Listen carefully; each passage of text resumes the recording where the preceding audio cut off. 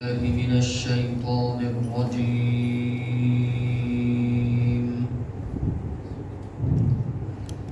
بسم الله الرحمن الرحيم.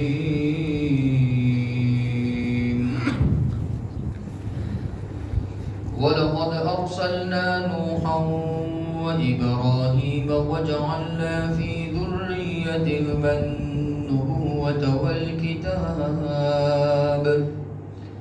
فمنهم مهتد وكثير منهم فاسقون ثم قفينا على آثارهم برسلنا وقفينا بعيسى ابن مريم وآتيناه الإنجيل وجعلنا في قلوب الذين اتبعوه رأفة ورحمة ورهبانية ابتدعوها ما كتبناها عليهم إلا ابتغاء رضوان الله فما رعوها حق رعايتها فآتينا الذين آمنوا منهم أجرهم وكثير منهم فاسقون.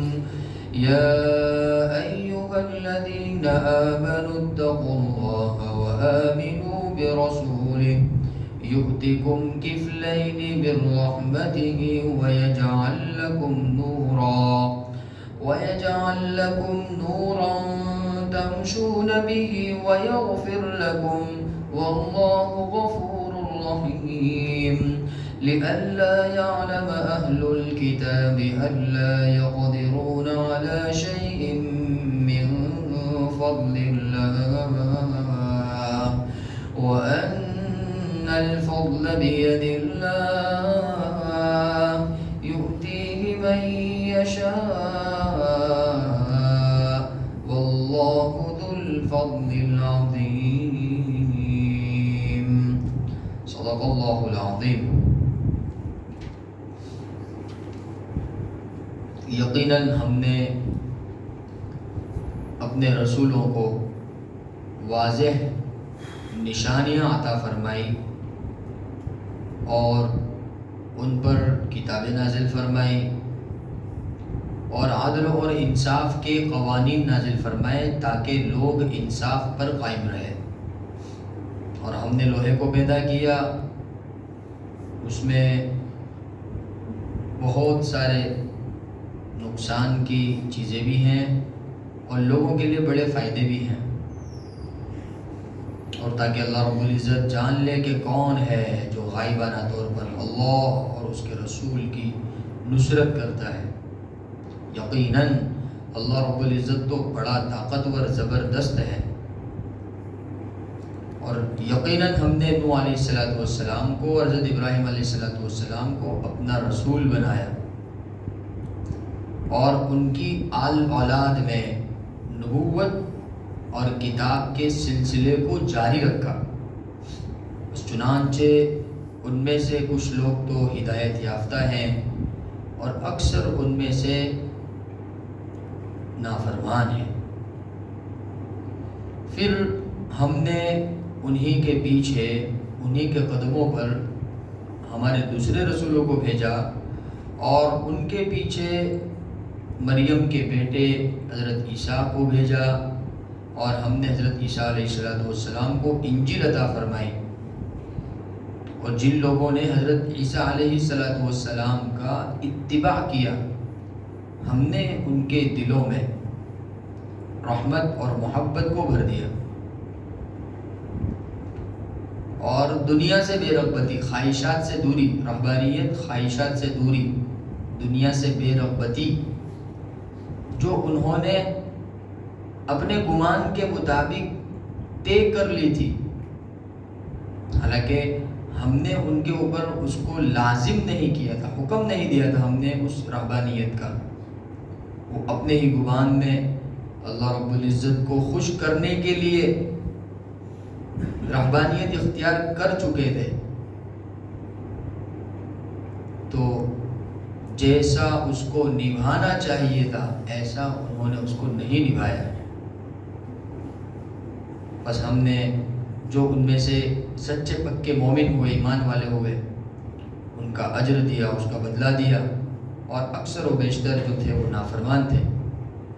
اے ایمان والو، اللہ سے ڈرو اور اللہ کے رسول پر ایمان لاؤ، وہ تم کو اپنی رحمت سے دگنا اجر دے گا اور تمہارے لیے ایسی روشنی پیدا کرے گا جس میں تم چل سکو گے، اور اللہ تمہاری مغفرت کر دے گا۔ اور اللہ رب العزت تو بہت زیادہ مغفرت کرنے والا، رحم کرنے والا ہے، تاکہ اہل کتاب یہ جان لے کہ وہ اللہ کے فضل میں سے کسی بھی چیز پر قدرت نہیں رکھتے ہیں، طاقت نہیں ان کو۔ اللہ رب العزت کا جو فضل ہے وہ اللہ ہی کے قبضے میں ہے، وہ جس کو چاہتا ہے عطا فرماتا ہے۔ اللہ رب العزت بڑے فضل والا ہے۔ یہ سورہ حدید کا آخری رکوع ہے۔ عربی زبان کے اندر حدید لوہے کو کہتے ہیں، اور آج کی تفسیر میں جو آیت آئی ہے وہ انزل الحدید، تو اسی لفظ حدید کی وجہ سے اس سورت کا نام سورہ حدید ہے۔ قرآن پاک کے اندر 114 صورتیں ہیں، اکثر و بیشتر صورتوں کے جو نام ہے وہ آیتوں کے اندر موجود ہونے کی وجہ سے نام رکھا گیا ہے۔ جیسے ہم بولتے ہیں نا پارے عم کا پارہ بولتے ہیں، چونکہ اس کے شروع میں عم یتساءلون ہے، اس لیے اس کو عم کا پارہ کہہ دیتے ہیں نا۔ ایسے ہی تبارک الذی کی تبارک ہے، یاسین کی صورت کی یاسین ہے، سورہ رحمان ہے تو الرحمن اس کے شروع میں ہے، تو ایسے ہی یہ سورہ حدید ہے۔ اس آیت کے اندر حدید کا لفظ ہے، اس وجہ سے اس سورت کا نام کیا ہے؟ سورہ حدید۔ حدید عربی زبان کے اندر لوہے کو کہتے ہیں۔ اللہ رب العزت نے یہ جو آیت نازل فرمائی، لقد ارسلنا رسولنا بالبینات، گزشتہ تفسیر کے اندر ایک بات آئی تھی کہ دنیاوی جو زندگی ہے یہ ہمیشہ رہنے والی نہیں ہے، اس کے بعد والی ایک اور زندگی آنے والی ہے جس کو آخرت کی زندگی کہتے ہیں۔ اور آخرت کے اندر کیا ہے؟ یہ جنت ہے اور جہنم ہے، ماننے والوں کے لیے جنت، نہ ماننے والوں کے لیے جہنم۔ یہ طے شدہ بات ہے، کائنات والے انسان اس کو مانے کہ نہ مانے، اللہ رب العزت کی جانب سے طے شدہ بات ہے۔ اگر پوری دنیا کے انسان بھی مل کر کے اس بات کا انکار کرتے رہے کہ بھئی نہیں کوئی قیامت ہوگی، نہیں کوئی جنت ہے، نہیں کوئی جہنم ہے، تو اللہ رب العزت کے ضابطے میں اور قانون میں کوئی فرق پڑنے والا نہیں۔ بات سمجھانے کے لیے اللہ رب العزت ایک بات ارشاد فرما رہے ہیں، چونکہ کفار مکہ اللہ کے نبی صلی اللہ علیہ وسلم کا انکار کر بیٹھے تھے، اللہ کے نبی کو نہیں مانا۔ اچھا، بہت سے اس میں ایسے ہوئے جنہوں نے شروع میں تو کھل کر اللہ کے نبی کی مخالفت کی، اللہ کے نبی صلی اللہ علیہ وسلم کے قتل کی پلاننگ کی، اللہ کے نبی صلی اللہ علیہ وسلم کو ستایا، اللہ کے نبی صلی اللہ علیہ وسلم کو تکلیف پہنچانے کا کوئی لمحہ انہوں نے باقی نہیں چھوڑا جس میں ان کو موقع ملا ہو اور انہوں نے اللہ کے نبی صلی اللہ علیہ وسلم کو نہ ستایا ہو۔ ایسا ہوا ہی نہیں ہے بالکل، انہوں نے بہت تکلیفیں پہنچائی، لیکن جب مکہ فتح ہوا تو ایسے لوگ بھی اسلام کے اندر داخل ہو گئے۔ اب جو بچے کچے تھے، جو بالکل ماننے کے لیے تیار نہیں تھے، جو بالکل ایسی منافقت پر اترے ہوئے تھے، کفر اور شرک کی گہرائیوں تک پہنچ چکے تھے، اور ایسے لوگ قیامت تک ایسے لوگ پیدا ہوں گے، تو اللہ رب العزت نے سب کے لیے آیت نازل فرما دی، اور اس میں اہل کتاب بھی آ گئے، یہودی بھی آ گئے، عیسائی بھی آ گئے۔ اللہ کے نبی صلی اللہ علیہ وسلم جس شریعت کو لے کر آئے تھے، اس شریعت کی مخالفت کرنے والے دو طرح کے لوگ، ایک تو وہ ہے جو کھل کر مخالفت کرتے، ایک وہ ہے جو پوشیدہ طور پر مخالفت کرتے۔ کھل کر مخالفت کرنے والے مشرکین مکہ تھے، جیسے ابو جہل، تو ان کو غزوہ بدر کے اندر روانہ کر دیا گیا۔ ابو لہب، امیہ ابن خلف، عبداللہ ابن معید، ولید بن مغیرہ، یہ وہ لوگ ہیں کہ جنہوں نے بالکل کھل کر اللہ کے نبی صلی اللہ علیہ وسلم کی ایک اللہ کے نبی صلی اللہ علیہ وسلم کے زمانے میں یہودیوں کے قبیلے والے بھی تھے جو پسے پشت اللہ کے نبی صلی اللہ علیہ وسلم کی مخالفت کرتے، تو وہ اہل کتاب تھے، چونکہ اللہ رب العزت کی جانب سے حضرت موسیٰ علیہ السلام کو نبی بنا کر بھیجا گیا، اور یہ انہی کے فالوور تھے یہودی۔ اور عیسائی حضرت عیسیٰ علیہ السلام کے فالوور تھے، وہ اللہ کے نبی صلی اللہ علیہ وسلم کو ماننے کے لیے تیار نہیں تھے، تو ان کو بھی کچھ بتلانا تھا، اس لیے اللہ رب العزت نے آیت نازل فرمائی۔ کیا فرمایا کہ لقد ارسلنا رسولنا بالبینات، کہ ہم نے تو اپنے رسولوں کو واضح نشانیوں کے ساتھ بھیجا ہے. ایسا نہیں کہ بس اللہ رب العزت نے بغیر کسی دلیل کے رسول کو بھیج دیا. نہیں، رسول کے ساتھ اس کی نبوت پر دلالت کرنے کے لیے اللہ رب العزت نے معجزہ عطا فرمائے. واضح نشانیوں سے مراد کیا ہے؟ انبیاء علیہم السلام کے معجزے. جیسے حضرت موسیٰ علیہ السلام کا معجزہ کیا تھا کہ اللہ رب العزت نے وہ عصا عطا فرمایا تھا. بھائی 20ویں بارے میں اللہ نے اس کا تذکرہ فرمایا، القی عصاک، اے موسیٰ تم لاٹھی پھینکو تو وہ کیا بن جائے گا؟ کہ اژدہا بن جائے گا. وہ ان کا معجزہ تھا. ید بیضاء، ہاتھ سفید ہو جاتا تھا، روشنی والا ہو جاتا تھا، یہ ان کا معجزہ تھا. ایسے ہی حضرت عیسیٰ علیہ السلام کا معجزہ تھا. واضح دلیل تھی، ان کی نشانی تھی. کیا تھا؟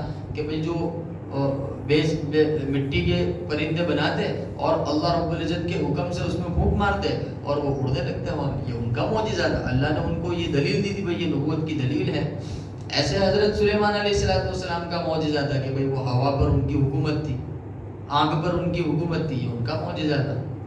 ایسے ہی ہمارے نبی صلی اللہ علیہ وسلم کا معجزہ، ہمارے نبی صلی اللہ علیہ وسلم کے تو سینکڑوں معجزے، 1,24,000 کم و بیش انبیاء علیہ السلام کو اللہ نے جتنے معجزے عطا فرمائے وہ تمام کے تمام معجزے اللہ کے نبی کو عطا کیے گئے، اس سے زیادہ عطا کیے گئے.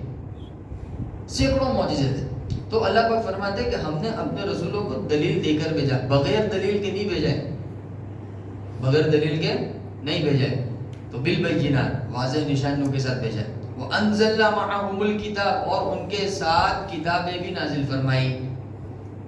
ان کے ساتھ کیا بھی نازل فرمائی؟ حضرت موسیٰ علیہ السلام آئے، تورات عطا فرمائی. حضرت عیسیٰ علیہ السلام آئے، انجیل عطا فرمائی. حضرت ابراہیم علیہ السلام پر صحیفے نازل فرمائے. حضرت ادریس علیہ السلام پر صحیفے نازل فرمائے. تو اللہ پاک فرماتے ہیں ہم نے کتابیں بھی نازل فرمائی ہے ساتھ ساتھ میں، تاکہ وہ نبی اگر دنیا سے رخصت ہو جاوے تو اس کے بعد اس کی قوم کو دستاویز کے طور پر عمل کرنے کے لیے کوئی چیز میسر آ جائے کہ بھئی یہ ہے، یہ دستاویز ہے، یہ رہنمائی کرنے والا ایک کتاب ہے. تو اللہ پاک نے کتابیں بھی نازل فرمائے. اور ساتھ ساتھ میں والمیزان، اللہ رب العزت نے انصاف کے قوانین اور ضوابط نازل فرمائے. لیقوم الناس بالقسط، تاکہ لوگ انصاف کے اوپر قائم رہے. اب چونکہ نبی انسانوں میں سے ہوتے ہیں نا، اور انسان ہمیشہ زندہ نہیں رہ سکتا نا، اس کی رخصتی ہو جائے گی. تو انبیاء علیہ السلام آئے اور وہ رخصت ہوئے. تو اللہ رب العزت بتلانا چاہتے ہیں کہ انبیاء علیہ السلام کا دنیا کے اندر آنا یہ لوگوں کی بھلائی کے لیے ہوتا تھا، تاکہ ان کے دل اللہ رب العزت کی محبت سے بھر جاوے، دنیا کی محبت دلوں سے نکل جاوے، ان کے دلوں کی صفائی ہو جاوے. اب وہ نبی ہمیشہ تو نہیں رہیں گے نا، نبی بھی دنیا سے رخصت ہو جائیں گے، اور جن کی طرف نبی کو بھیجا گیا وہ بھی ایک نہ ایک دن دنیا سے کیا ہو جائیں گے؟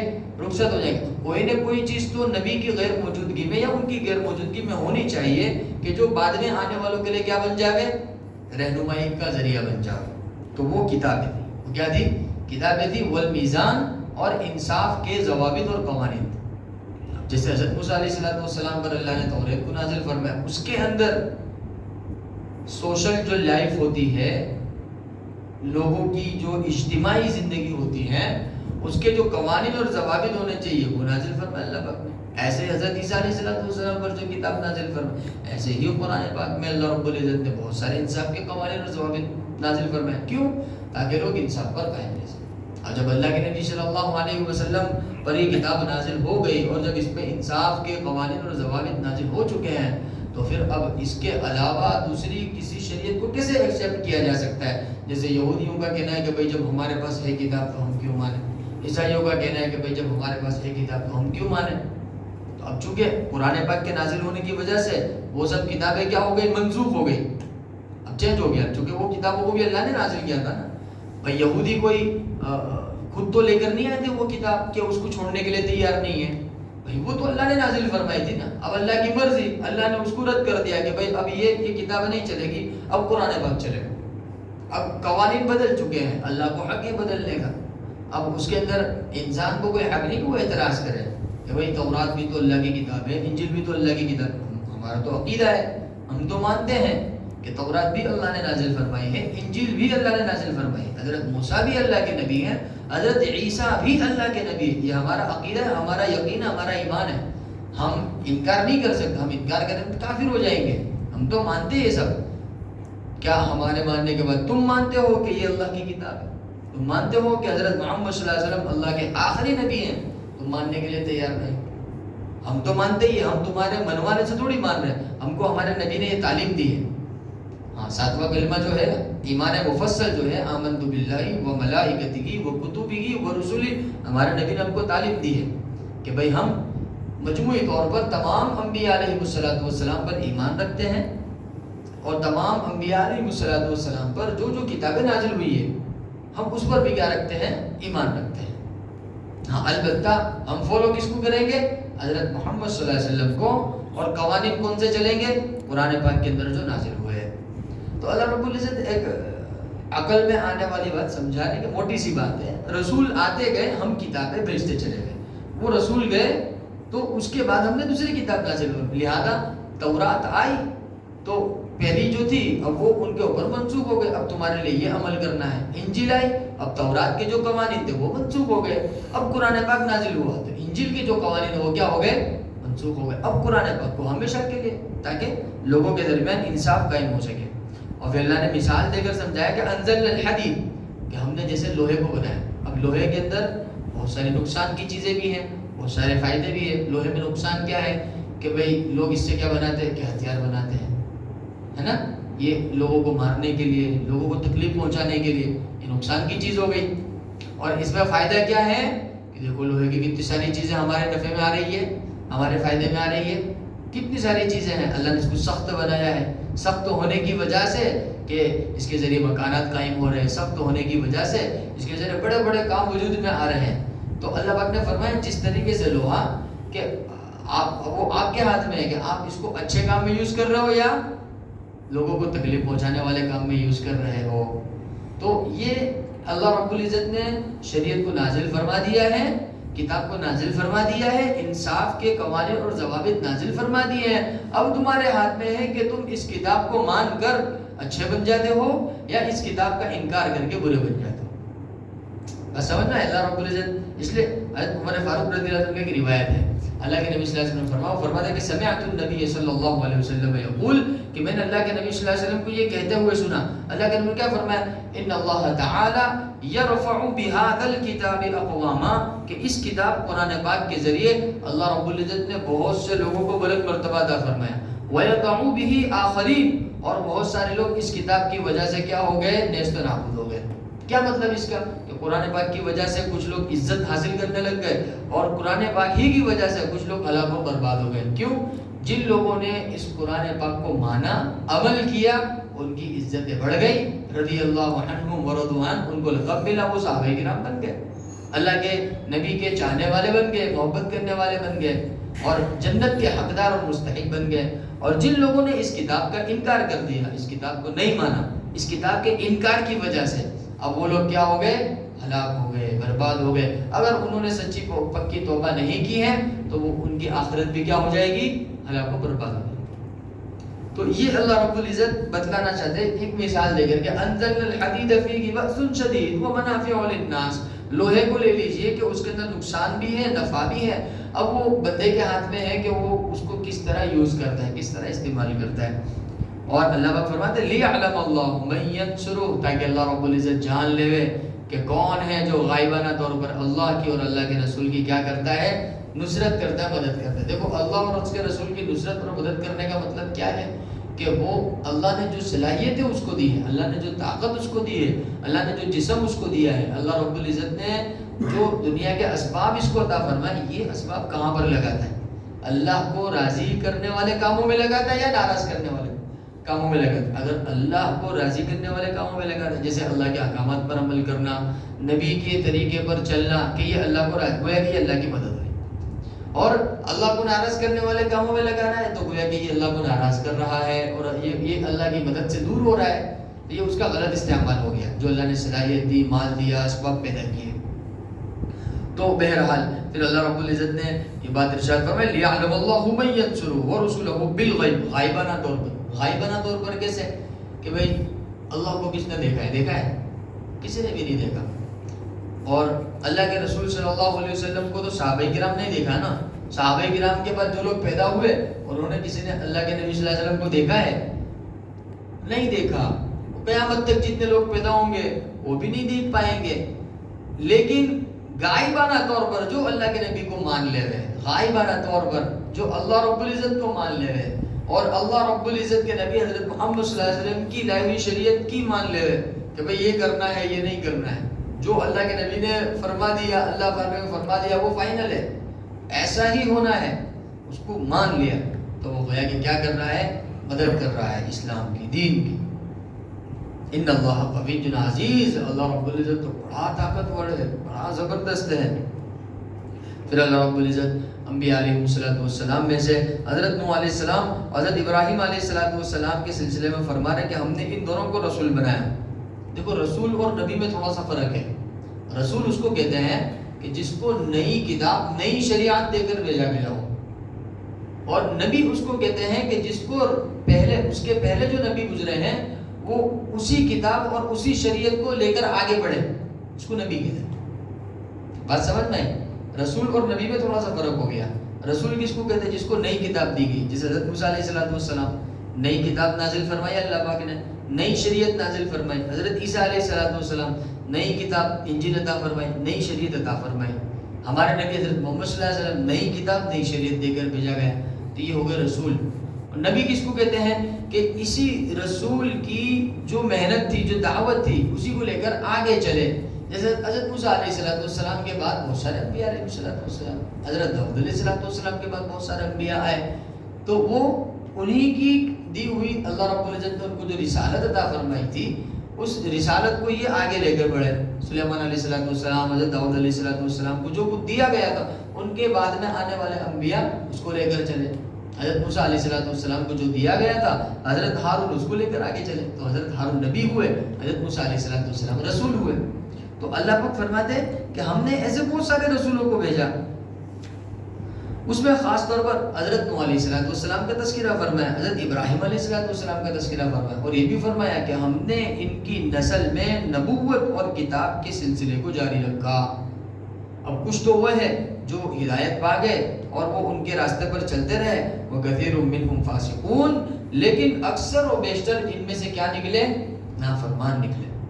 دیکھو یہاں ایک بات اللہ رب العزت سمجھانا چاہتا ہے کہ ہم نے تو انسان کے ساتھ بھلائی کا ارادہ کیا. کس کا ارادہ کیا؟ بھلائی کا ارادہ کیا.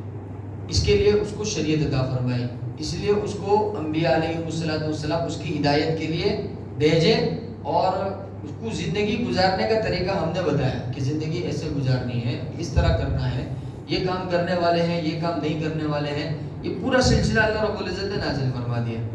اور پھر ساتھ میں رسولوں کے جانے کے بعد, دنیا سے رخصت ہو جانے کے بعد, اللہ رب العزت نے ہدایت کے اسباب پیدا فرما دی.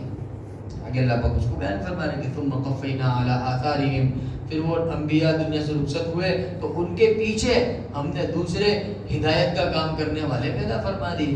پھر وہ چلے گئے, پھر پیدا فرما دیے. اخیر میں حضرت محمد صلی اللہ علیہ وسلم کو بھیجا.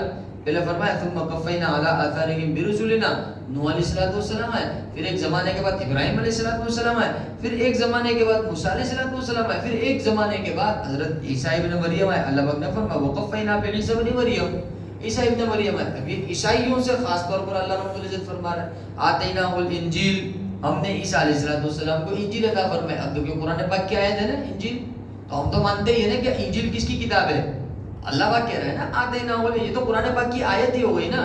تو قرآن پاک کی آیت کا تو مسلمان انکار نہیں کرے گا نا, مسلمان تو اس کے اوپر جان چھڑک دے گا, یہ تو میرے اللہ کا کلام ہے. آتیناہ الانجیل فرما رہا اللہ پاک, اور وجعلنا فی قلوب الذین اتبعوہ رأفۃ ورحمہ. حضرت عیسیٰ علیہ السلام کو جو ماننے والے تھے, اللہ رب العزت نے ان کے دلوں کو اپنی رحمت سے اور محبت سے بھر دیا, اس کو ان کو انعام ملا.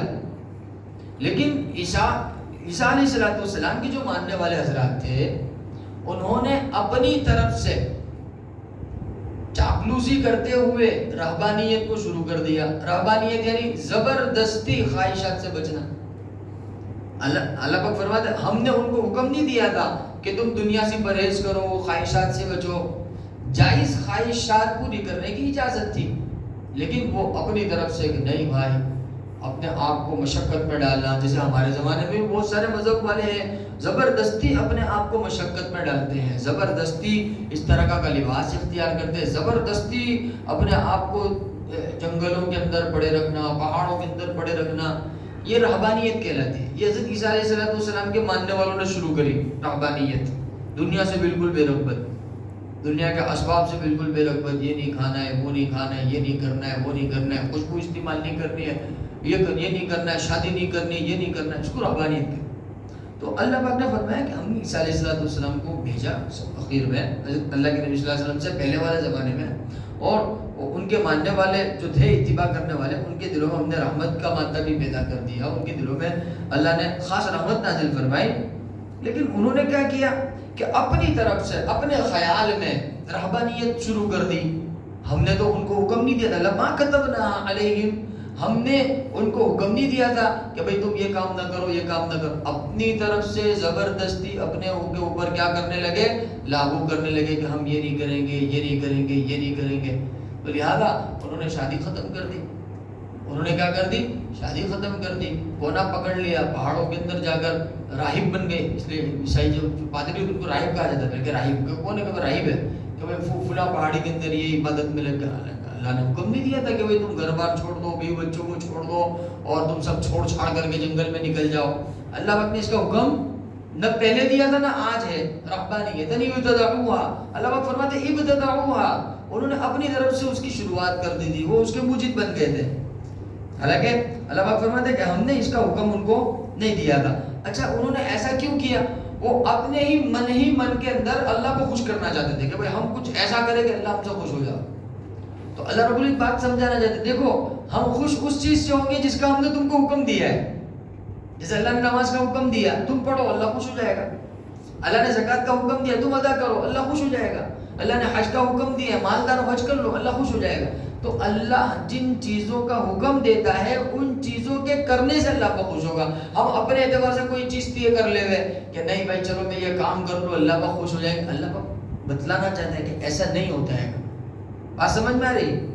تو جیسے فار ایگزامپل ہم اپنی اولاد کو کوئی کام کرنے کے لیے بولے, وہ کام چھوڑ کر کوئی دوسرا کام کرے اور وہ یوں سمجھے کہ میرا ابا خوش ہو جائے, ہم خوش ہوئیں گے ناراض ہو جائیں گے کہ بھائی تیرے کو جو کرنے کا بولا وہ کرنا ہے, دوسرا تیسرا کام کیوں کرتا ہے گا.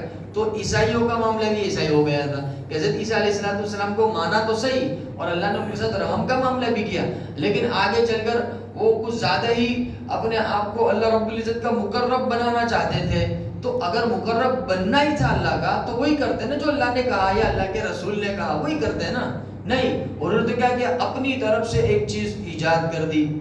اب دیکھو اللہ رب العزت نے کیا فرمایا, ابتدعوها, کہ انہوں نے اپنی طرف سے شروع کر دی. یہی حال موجودہ زمانے میں امت مسلمہ کے ایک طبقے کا ہے کہ وہ اپنے وہم میں, اپنے گمان میں کچھ ایسے اعمال کرتا ہے وہ طبقہ, اور وہ یوں سوچتا ہے کہ اللہ مجھ سے راضی ہو جائے گا, اللہ کے رسول ہم سے راضی. حالانکہ نہیں, اللہ نے اس کا حکم دیا, نہیں اللہ کے رسول نے وہ کام. ہو رہا ہے کہ نہیں ہو رہا ہے ایسا؟